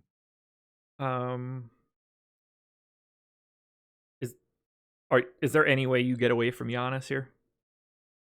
No, I really like Giannis in this spot. You got 55 on FanDuel and 44 on DK right now. Yeah. Did you set a cap on either? Not really. I know that's a super vague answer. So I crunch out 250 lineups on DraftKings with what I have as his ceiling, but I only sort out a certain piece of those, and it he's in more of my top lineups than the bottom. So he comes in above my cap. Right. If that's making sense. Yeah, I got you. I mean, he's the guy right now that among all of the high-priced options, when you're talking about Giannis, James, Towns, I don't know if he's playing, but we'll see. Yeah. Embiid, Jokic, who we'll get to, Lillard, you name it. Giannis is the top dog here. Mm-hmm. Similarly, I want a ton of Middleton and Bledsoe. Yeah? Yeah. A lot of this game. I won't have, clearly I'm not having lineups with all 3 of them in. It's probably a max 2 of, but I can't imagine getting away from this total, the defensive matchup, the pace, everything is on the side of the Bucks for this one. Yeah, it's pretty favorable. And you got a 236.5 point total. It's the highest on the slate. Bucks are big favorites, but whatever. The Pelicans have played good teams very close and beaten them lately. Again, another reason why I don't care about that. In terms of the pace, both teams play at an elevated pace. So yeah, I have no problems with that whatsoever. Bledsoe at 6,500 particularly is pretty appealing here. Yeah, I expect him, to get over 30 minutes again. Brogdon's minutes the last 2 games have been kind of strange, 27 and then 23. I would expect him to get back up to the 29 that he was seeing pretty routinely prior to that. I don't love him here, but it's against the Pelicans. There's really no doubt that Brogdon can put up strong numbers, and give you, but again, Brogdon's another guy where he just always kind of makes for a better cash play because he so routinely falls into that 30, 35 fantasy point range Mhm. with very little upside for more, which is why I do like Bledsoe, because Bledsoe still has a pretty unique ceiling. Like, he at that price, he can get you 50 plus. Does it come every day? No, but he contributes in a variety of different ways. So yeah, Bledsoe to me would be the guard that I like most here for the Bucks. I'm with you. A little bit of Brook Lopez is fine if you get to him. I don't have much of an issue there. I mean, he's playing 30 minutes or more every night. Yeah, I So gave him 32 today. yeah, so if that's the case, you could do worse than Brook Lopez. Yeah, I have a hard time getting a lot of volume to anybody that's center only. Oh yeah, I mean, no question. It's just he's not a if you're landing on Lopez, that's not a terrible thing. No, not at all. Want to head to Dallas? Let's do it. Mavericks and Spurs, 106.5 implied total for the Mavs, 112 for the Spurs. Both defenses not fantastic lately, but this is not an appealing fantasy game. However, we have some things that we need to talk about. Luka Doncic is 8,800 on DraftKings. Yeah. He's at 13% expected ownership right now. Is he gonna play? Is it up in the air? Oh, he's got the Q tag on him. Yeah. It's questionable. Yeah, he's been hobbling. I mean, I have him in because he hasn't missed. If he doesn't play, well, shit, there's going to be a lot of Dallas guys in my lineups, I would imagine. You can play a fit 5K Jalen Brunson. Yeah, I'll get right on that. Now, That's I horrifying. love Luka on DraftKings today. He's fine on FanDuel at 10K, but 8,800 for him is insanity. Yep, I got a ton of Luka on DraftKings. First go around, I got around 50%. Yeah, 44 for me, so we're in the same boat. Yeah. I mean, look, I don't love it. No. Popovich. So here's the thing. Popovich is maybe the best in the league at being able to right a ship when it looks like you're sinking, right? The Spurs have won 5 straight after that miserable road trip. They look a lot better right now. I mean, they look really good. I'd be lying if I said this wasn't of some concern to me. It's the final push of the season. They got a bunch of a good amount of veterans on this team, and maybe, and easily the best coach or one of the best coaches in the league. I still have Popovich, up there until someone takes it from him. I'm not putting Steve Kerr above him just because he's got all the best players. They're playing good basketball right now, with wins over Milwaukee, with wins over Denver, Oklahoma City. They're back at home after a miserable road trip, man. You remember that road trip? Defensively, they were horrible. So bad. Well, now they're holding, teams to 104 points, 103. That's Denver holding OKC to 102, Detroit to 93, all at home. This is on the road, but it's not a very far trip. I do have some concerns that they are playing better now, and Doncic's efficiency will be lowered, but that doesn't mean that I'm not still interested in him at 8,800. I think, I put it this way, I wouldn't be upset if he didn't play, because I've got some mixed feelings about this one. I wish I didn't, but I do. And like I said, I'm already getting a lot of them. Are you getting any DFS? No. I have 27% on DK. How much? 27. All right. I got 1%. But that's because I almost certainly have him playing fewer minutes than you do. I have 30. Yeah. I have 27. Why 27? If you don't mind me asking. Sorry? Why only 27? Because he played 30 minutes last game in a matchup where defensively he was needed, especially since they don't have Harrison Barnes anymore. He hadn't played 30 minutes in several games leading up to that. A couple of them were blowouts, but I think, in a couple of in the other ones, he was around 27, 28 minutes. I mean, you wanna give him 30, I don't have an issue with it. I'm just throwing him in there around 27, so then, um because I don't I think 30 is probably the high end. Maybe I'll bump it to 28 or so. 20 that might make it a little bit different, but, yeah, he hasn't played 30 minutes in a while. Yeah. Look, you might be right on this isn't one that I'm supremely confident in. No, I'm But asking to get your thoughts, just for my own sake of making adjustments. I look at this stuff and it's 7 o'clock in the morning, and I'm by myself, and I've had a right, half a cup of coffee. So right. sometimes No, it's just but I don't think 30 is crazy. I really don't know if we really don't actually know on this one. Uh, 28, 29, I'd feel a little more comfortable with. 27 is probably a bit low. yeah, I'm gonna strip one off of him right now. Give another one to Maxi.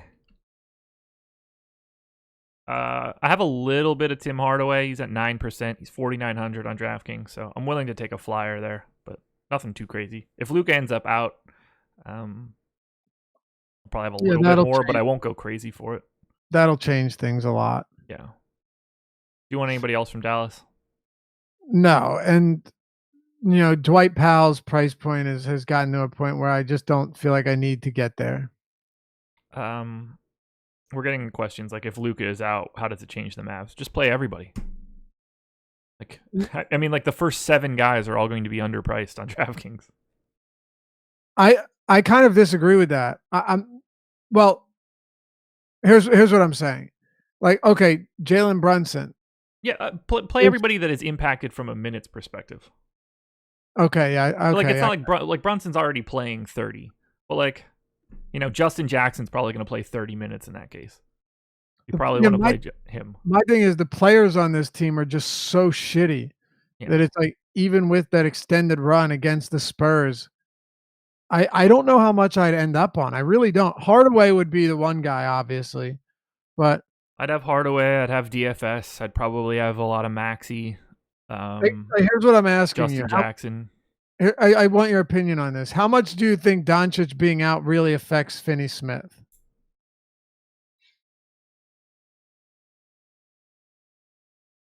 Not much. Like his performance? Yeah. It solidifies his minutes. Gives him 30 looks really, really on point then. Right. Okay, sure. I'll even give him 32 in that case. Yeah. Yeah. I mean, he's 3,300. So that's all I need to see. If you're $3,300 and you can play, and you're going to play 30 plus minutes, you have to at least mildly be in play. Yeah, at the point or at center, even power forward, sure. These wing players with their 30 minutes are just wildly ineffective in so many cases because they still don't touch the ball. That's the problem I have with so many of them. Like Finney-Smith, he's shitty. Yeah, in 836 minutes with Doncic off the floor this year, 0.72 fantasy points per minute. I think he's 0.69 on the season or something. Like, it still does not do a lot for him. So look, do I get what you're saying? Oh no, actually 0.72 minutes on the season as well. So it's just identical. You're all of these guys, it gets really ugly. Like I might have more interest in, say, Dwight Powell from a usage standpoint. Does it increase? I don't know. We'd have to look. See, I feel like he doesn't change at all. Well, I mean, like I said, I haven't really looked. So his usage on the year is 18.6. I mean, Trae Young is probably really interesting if Luka is out. He didn't play at all in the most recent game, but if Luka's out, they're going to need his shot creation. Now, obviously, like, I have to take Harrison. Did I say Trae Young? Trey Burke. Yeah, you did. I know what you meant, though. Trey Burke. Yeah, I had to take DeAndre and Barnes off the court. Dwight Powell's usage goes to 21% per minute. He goes to 1.04. Like, I just don't think, as wild as it sounds, with Doncic off, I don't know how much it really affects these guys because they're so unproductive. They're so underwhelming. Like, yeah, it should affect Tim Hardaway, and I have no doubt that it will. His per minute production since coming to Dallas. I think it's 0.84, 1.07 fantasy points per minute with Doncic off. Like that's one spot and a 30% usage rate where I will absolutely get to. But Yeah. aside from that, these guys are all highly unappealing. Although I get what you're saying with Finney Smith. Don't get me wrong. It's just still don't think. I think he gets more minutes, and you're hoping that he gives you like 23 fantasy points in 31 minutes or something. Yeah, look, I don't expect him to go out there and drop 60. He's a conduit to playing more expensive players. Yeah. At 3,300, I need him to get to 30. Every minute that he can be out there is helpful if Luka's not there. And I assume he soaks it up. Yeah, 30 is a tall task. But it's not, I mean, it's not completely unrealistic. Spurs. No Rudy Gay.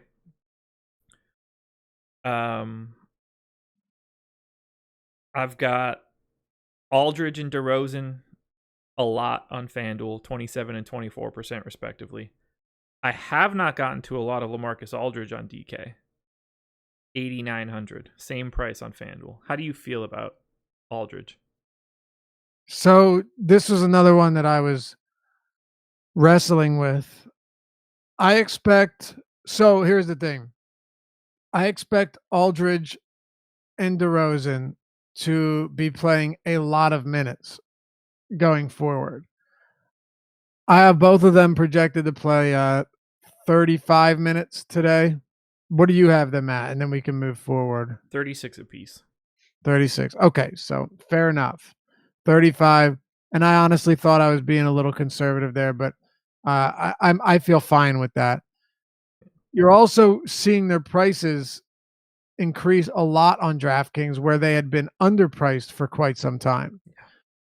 On FanDuel, DeRozan is 89 and Aldridge is 89. He's the same price on FanDuel as he is on DraftKings. That's the first thing that tips you off to, being underpriced or overpriced on one side. I do think Aldridge is overpriced on DraftKings. Agreed. I know he's been playing well. I understand that, but I'm still not enamored with this. You have Markkanen at a lesser cost. You have a few other guys at the power forward position that make for really strong plays. Otto Porter's eligible here as well. We'll get to a couple more.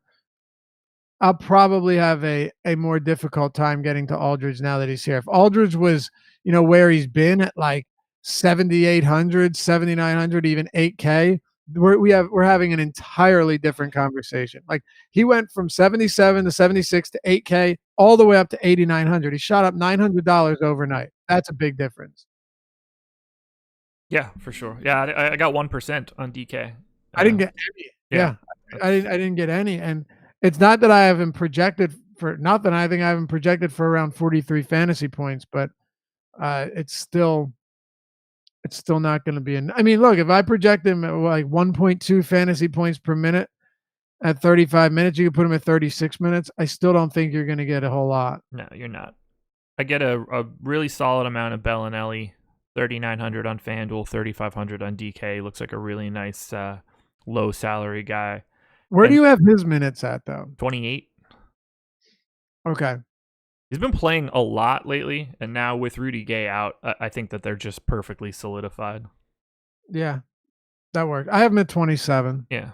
And then Bertans on FanDuel, I have a ton of 3,600 on DraftKings, just a little bit. Yeah, Bertans should get, I don't know, 27 as well. Yeah, I gave him 26. He's just like a perfect punt option on FanDuel. Yeah.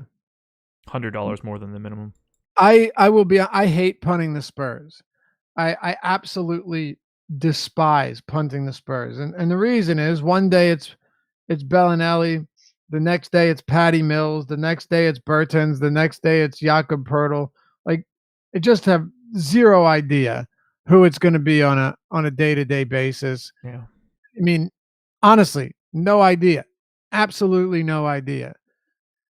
That makes life a little bit difficult. And the thing is, even when it is one of them, it's not a big game, you know. So if you didn't end up with any Bellinelli, you didn't end up with any Bertans, uh, you're still I'm still not worried about that. Only because it's very, very rare that one of the Spurs value plays kills you for fading him when Aldridge and DeRozan are healthy. Right. I'm with you. We're at an hour 35. We've got 2 games to go. Do we get in under the wire? Oh, yeah, we're good. What about Poeltl, though? I gotta ask about Jakob Poeltl. I don't have any. I came in around 5%. I got 5%. Yeah, that's where the public is. That would be like my okay. Yeah. I don't have to pay much more attention to this. Right. I think I have 26 minutes, Yeah. which I'm not confident in. Anything can happen. But with Rudy Gay out, you may see, you know, Pop continue to give him run alongside Aldridge. We'll see. But 5% is, you know, Yeah, okay. I wouldn't talk you out of it. Denver Nuggets, dueling late night hammers. Nuggets hosting the Timberwolves. Nuggets are 10.5-point favorites right now. I have Andrew Wiggins out. I have Karl Anthony Towns in. What on what basis? Wiggins has been out, so I'll maintain that questionable and out tag. Cat just missing that one game. Really late news on him. Not a guy that is off the floor all that often. And I touched on it yesterday in both shows, but just one other time. He wants to be on that floor. There are financial implications to him and his future contract if he makes an All-NBA team. So if he is okay and, you know, the MRI came back clear, no major issues, I expect him to play. Okay. Sounds good to me. I mean, we know what we need to do if he doesn't. Fire up your Taj Gibsons and your Anthony Tollivers and your Kata Bates Jops and your everybody. Yep. I don't have any issue with that. I just wasn't sure if you knew something I didn't. No, I just, you know, I thought there was a really solid chance that he played 2 nights ago. And, you know, as evidenced by a Q tag to a game time decision to being, like, you know, like relatively late news in comparison to Wiggins. Like, it was up in the air for sure. Right. I think, you know, an extra day off for a guy that's rarely hurt, I'll take my chances. That sounds right to me. And well, how about this then? You have him in. Yeah. Do you like him? A little bit. He's at you know, his ownership is up in the air because he's questionable. He's at 3% on FanDuel, 11 on DraftKings. I'll be in like the 15 to 20 range. I think that sounds about right. Yeah. I'm cool with using Bates Jop as a punt play. He continues to play 30 plus minutes if Wiggins is out.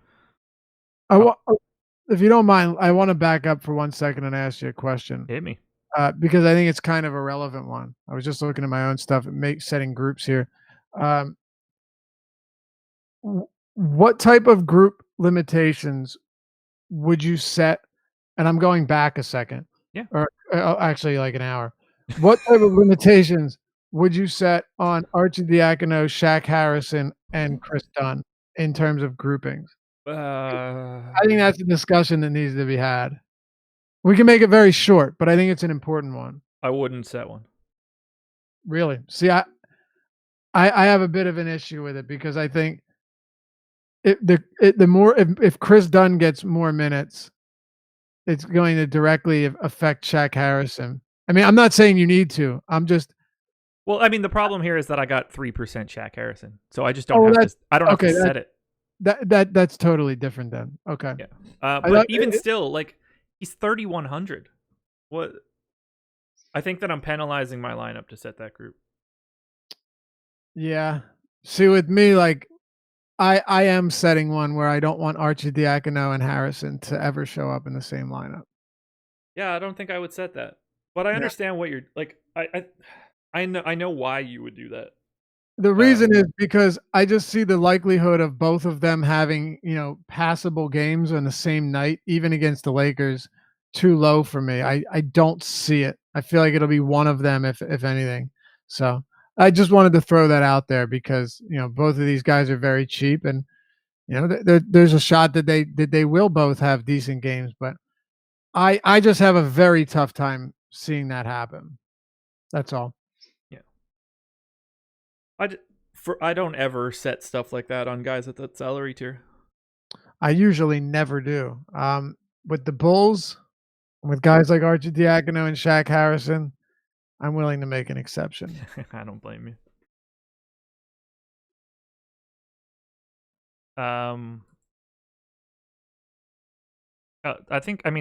I don't think there's much to talk about for Minnesota. And guys, since YouTube chat insists on this one, I have never played someone who is doubtful. Doubtful people get 0 projections in my system. He was questionable. Is someone saying you did? Yeah, they're like, I remember a time Josh played 100% Kawhi when he was doubtful. I've never played a single soul when they were doubtful. No one has ever been doubtful and been given a single minute in my projections. Ever. That's funny. He was questionable. That put him in my lineup. I don't disagree there, but did you play 100% of them? I had a lot of Kawhi. It was the night that he I know exactly. He sat out the double back-to-back. I know what night it was. I'm very familiar with it, yeah. Jesus. Craziness. Yeah. If someone is doubtful, they don't show up. They get a 0-minute projection. Flat, 100%. Never given anybody minutes when they're doubtful. It's probably a good thing. I'm not saying that I didn't play Kawhi there. I'm just telling you that he wasn't doubtful, and you're wrong. Yeah. It's that simple. Yes, I played him, and he was questionable. He didn't play. That is a true. All of that is true. He just didn't have a doubtful tag. No one in this industry is playing anyone at volume when they're doubtful. No one. Hopefully, yeah, hopefully no one's playing it. Well, I was going to say nobody, but there are some true characters. The only reason that I'm pointing this out is because there are 500 people in this chat. I don't need people thinking that I play people that are doubtful. Yeah, not the greatest look. Yeah, that's all. Not the best look. Did I get slaughtered by playing a ton of Kawhi on a day where he was questionable and get ruled out? I absolutely did. On another note, I have about 40% Levine tonight. Yeah, right. Yeah. Love Zach LaVine.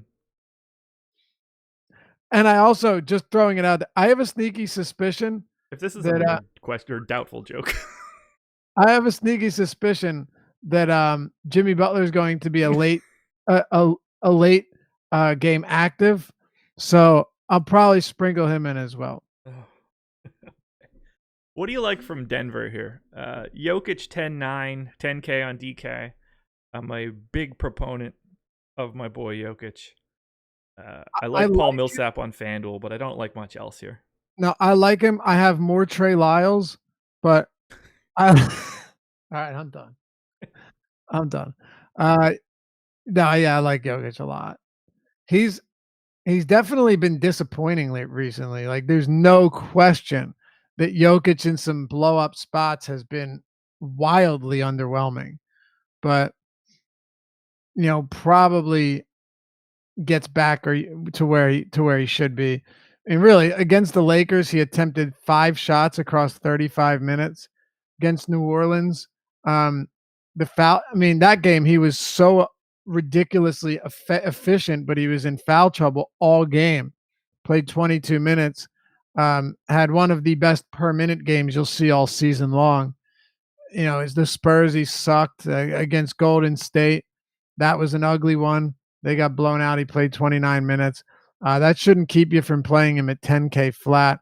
Jokic is one of the few players in the league that has legitimate 80 fantasy point upside. So at 10K, I like him. Karl Anthony Towns has been outstanding, right? He's been really, really great with 70 fantasy points in 4 of his last 7. That's insane. He's incredible. It's insane. He might be the second best offensive center in basketball. I mean, it's easy to say when Embiid's been sitting for the past 8 games, but he came back and dropped what 32 points in 26 minutes or something. So I had someone in my Twitter replies yesterday tell me that Jokic is trash and I should get off his schlong. I was like, okay, well, I don't have to take you seriously anymore. We could debate whether Embiid and Jokic are 1-2 or 2-1 or whatever, but to say that he's trash is hilarious. Well, yeah, I mean that's just someone trolling you, clearly. Yeah, for sure. But I do have Jokic above Towns. It's kind of scary with how well Towns has played, but I do think this is an opportunity for Jokic to erupt. And also keep in mind, there's really nothing about Jokic that should concern you here. He like I said, against the Pelicans, he was outstanding in 22 minutes. If he played 35 minutes, he was going for 80. Like just no question. He was absolutely lighting it up. He had what? 2.24 fantasy points per minute. That's dirty. It's 78 fantasy points, not including the double-double and triple-double bonus. That's that's insane. He'd have been above 80, no question. That's pretty much where I'm at. So I don't see anything that could be concerned. With the Lakers, they had a firm grasp on that game all night long. He just kind of sat back, rebounded, and facilitated. Warriors game, they got beat up real bad. There's nothing about him right now that suggests there's anything wrong with him. He's fine. He's perfectly fine, and he's 10K. So Jokic, one of my favorite plays on the slate. Yep, I'm with you. Looks great. 27% ownership. I'm right there with the field. The one guy that I want to point out, I don't know if I said it or not. Paul Millsap on FanDuel for 6,700 looks really nice. Okay. I mean, I don't have much to say on that. No, yeah, I don't like. He grades out really well for me. I've got him in for 30 minutes. $6,700 is just a really nice price tag. He's only $300 cheaper on DraftKings, so I'm not really on him there. But I think 67 is. I can work with that. That's fair. Per minute guy. Yeah, nothing more, nothing less. Let's close it out. We've got 13 minutes to get through the Los Angeles Clippers hosting the Portland Trailblazers. Oh, just let me say Jamal Murray. I actually like okay. I like Jamal Murray quite a bit here. Okay. Talk about it a little bit. He's at 13% ownership. He's not a guy that I'm getting a lot of. He's relatively volatile. I get that. But you're getting his price to come down significantly. And I think 13% ownership is not crazy. I got around 20%. So not crazy high, but 20% Jamal Murray, I feel pretty all right about. He's still a guy that's going to give you around 25% usage. In close games, he's going to give you 33 minutes or so. At 6,300, your starting point guard in a game that should feature a decent amount of scoring, 227 total against a underwhelming defense. Yeah, Jamal Murray checks the boxes for me. Yeah, I got 6%. That could wiggle a little bit, I'm sure. I'll never have a problem getting any Jamal Murray. He's the type of guy that can win a GPP. Right. And that's what it comes down to. Yeah. I like that's that. Really Blazers 2.5-point favorites in LA. Clippers on the back-to-back. We'll start on the LA side. I don't really have anything here. Montrezl Harrell on FanDuel for 7,200. 6,200 on DK is okay with me. I've got him in for 28 minutes. I don't mind having a little bit of Lou Will, but I really just don't have anything from the Clippers with any sort of volume. Do you? Lou Williams as a tournament option is somebody that I like quite a bit, and it's really just it's really for one simple reason. When you talk about the ceiling on some of these players, you wouldn't think Lou Williams would have it because he comes off the bench and averages only this whatever minutes per game.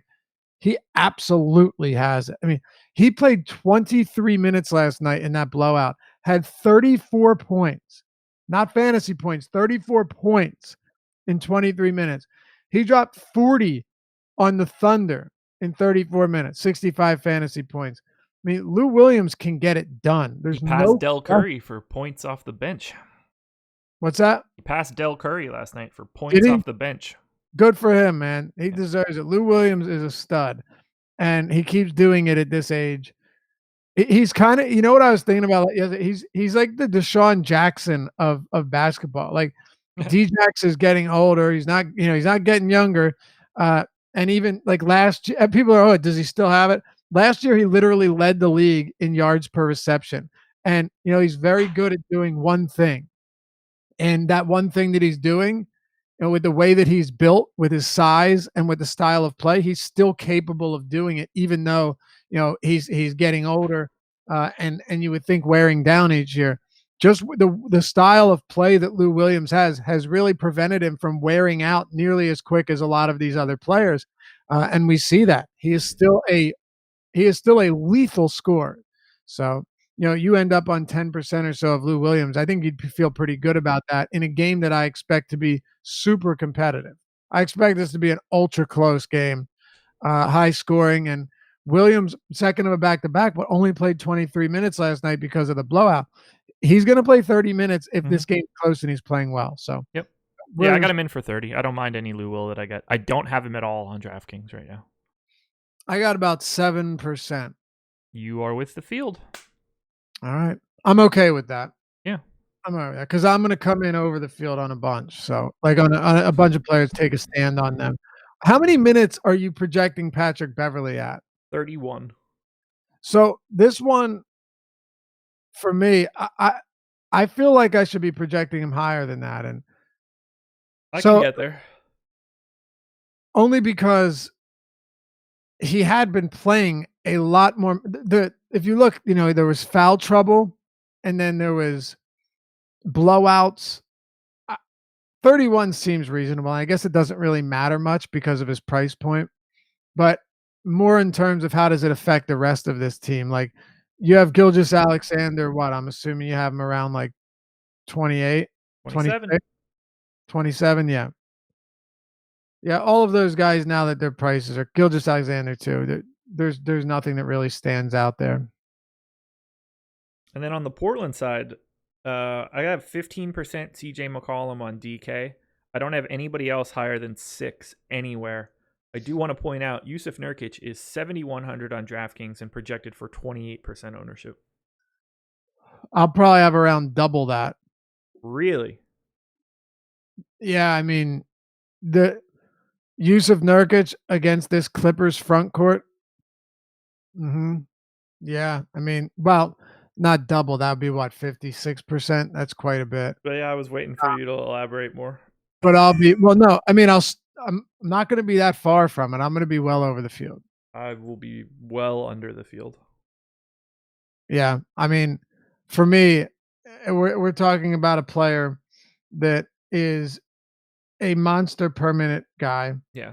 On the season, DraftKings, he's 1.38 fantasy points per minute. He's, I have him at 30 minutes today in his camp for around 17, 18 minutes. So if I'm getting 30 minutes from Yusuf Nurkic against this Clippers team, yeah, I'm certainly going to end up on a good amount of Yusuf Nurkic. My problem isn't with Nurkic, it's that I like other centers so much more. Like, I'd rather have Markkanen than Nurkic.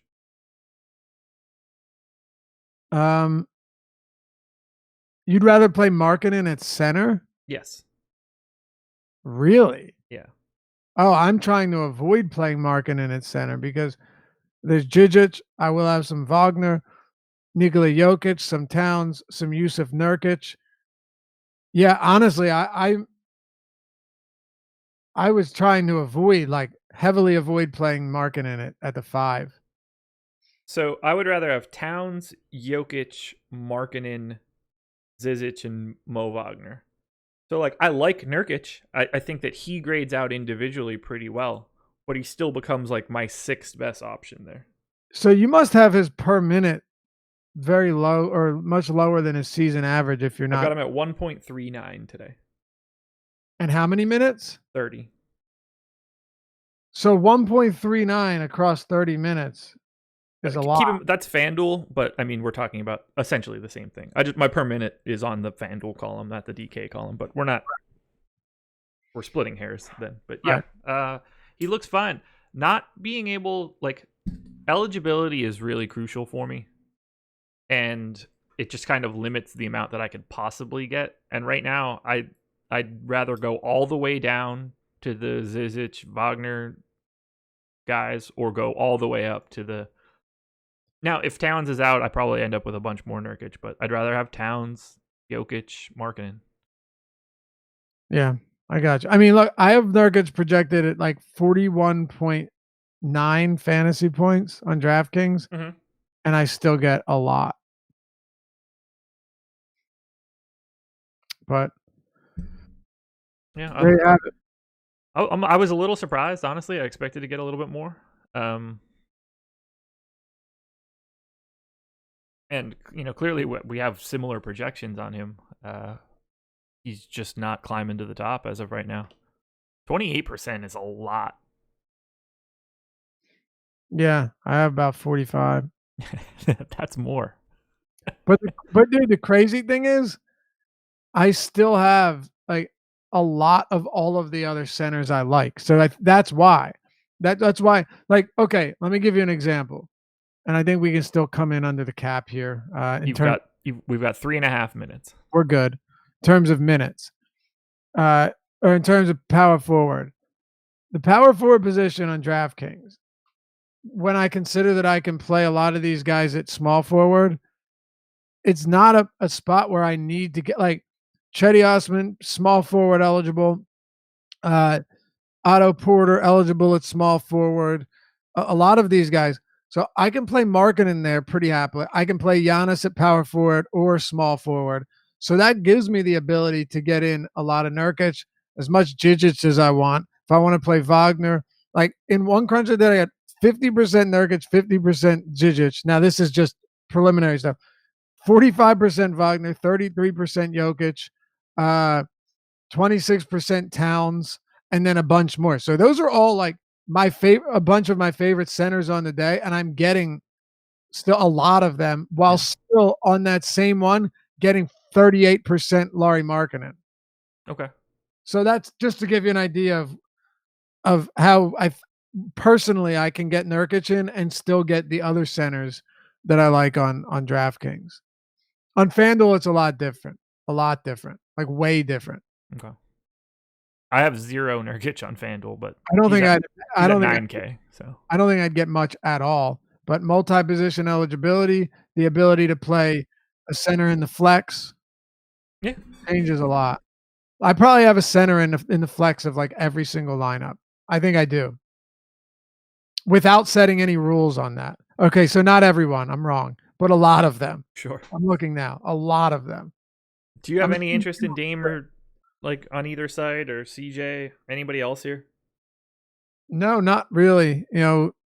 I guess Aminu's there, but yeah, I just, man, he's not very good. Do you have anyone else from this one? Nope, just DJ on DK at 66 is too cheap. And look, Nurkic at 7,100 is too cheap on DK too. It's just that everybody that plays that position ends up being too cheap. Yeah. I was surprised that I was able to get that many centers that I loved and still get a lot of Nurkic. I'll say this much, like, that is not a fade that makes me comfortable. He's not a guy that I want to be massively underweight on. Yeah, I mean, because I think that he's fantastic. He's the best per minute guy on the team. Oh yeah, Nurkic is a guy that in 30 minutes can go for 60 for sure. Yeah, it's not a spot that I'm very, like, it's when I see something like I get 6% Nurkic and I see that the public is at 28, I immediately know I need to go look at that deeper. Yeah. No, I hear you. It's one thing when someone's at 28% ownership, I got him at 6 and he's like a 0.7 fantasy point per minute guy. Then it's just like, okay, like if I die on that one, I die on that one. Right. But I can look at that and think this could cause me a lot of trouble if it goes wrong. Yeah. Yeah. I actually, I had to lower his per minute projection. It was too high, and I still ended up getting like a ton of him. I just had it wrong. I mean, he's really good, man, and the fact that Cantor's in there isn't great, obviously. You know, Yeah. I wish that Cantor wasn't on this team. Yeah, everybody but Cantor probably does. Yep, but giving Nurkic 30 minutes, I'm not super uncomfortable with that either. No, I gave him 30. I had him in for 29. I went to 30 just looking at the most recent stuff. There's some wiggle room. Like it can. I mean, if it goes to 34, it's probably because he's smashing too. Yeah. I don't get the sense that the Clippers are going to play Cantor immediately off the floor, but everybody else does. So. Yeah. You wouldn't think so with this team. Alrighty. 7 games, 2 hours, classic Tuesday. That's not too bad for 7 games. I couldn't be happier about it. It was fun. Oh look, we put in a 15-minute shift on Harden versus Giannis to start too. Right. If you were to average it out, you're talking about 17 minutes a game. Not terrible. No, not great. I mean, take those 15 minutes off the top, right? Take those 15 minutes off the top, and we've got an entirely different story here. Now we're only talking 15 minutes a game. Not bad. Right. Not bad. NBA Strategy is the promo code. 50% off your first month with us. Any package you choose, you get 50% off. Hit the like button on your way out the door. We've got the Players Championship preview with Ben and Tim today at 2:30. We'll have the deeper dive at 5 o'clock. We will have Live Before Lock with Chris and Eddie at 6. Adam will have the deeper dive out, I don't know, 4:30 or something. But that will be out. Check out Spag's Switch and Hedge article. Check out my cheat sheets. We got a ton out for NBA today. That's it, I think. Let's get out of here. Best of luck, everybody. Thanks for joining us. Adam and I will be back tomorrow. Tune in immediately to the start of the show, where you will listen to me gloat about being up 2-0. By the way, El Negro Loco says, I mean, with all due respect, Josh and Laffy, it's 2 hours with the all no matter what the slate size is. It's completely true. Right. It's completely true. So right. It did not matter how many games were going to happen today. The show was inevitable. I mean, I think we went like an hour plus with 2 games the other day. Yeah. Outrageous. Craziness. All right, guys. Thanks for joining us. We will talk to you later.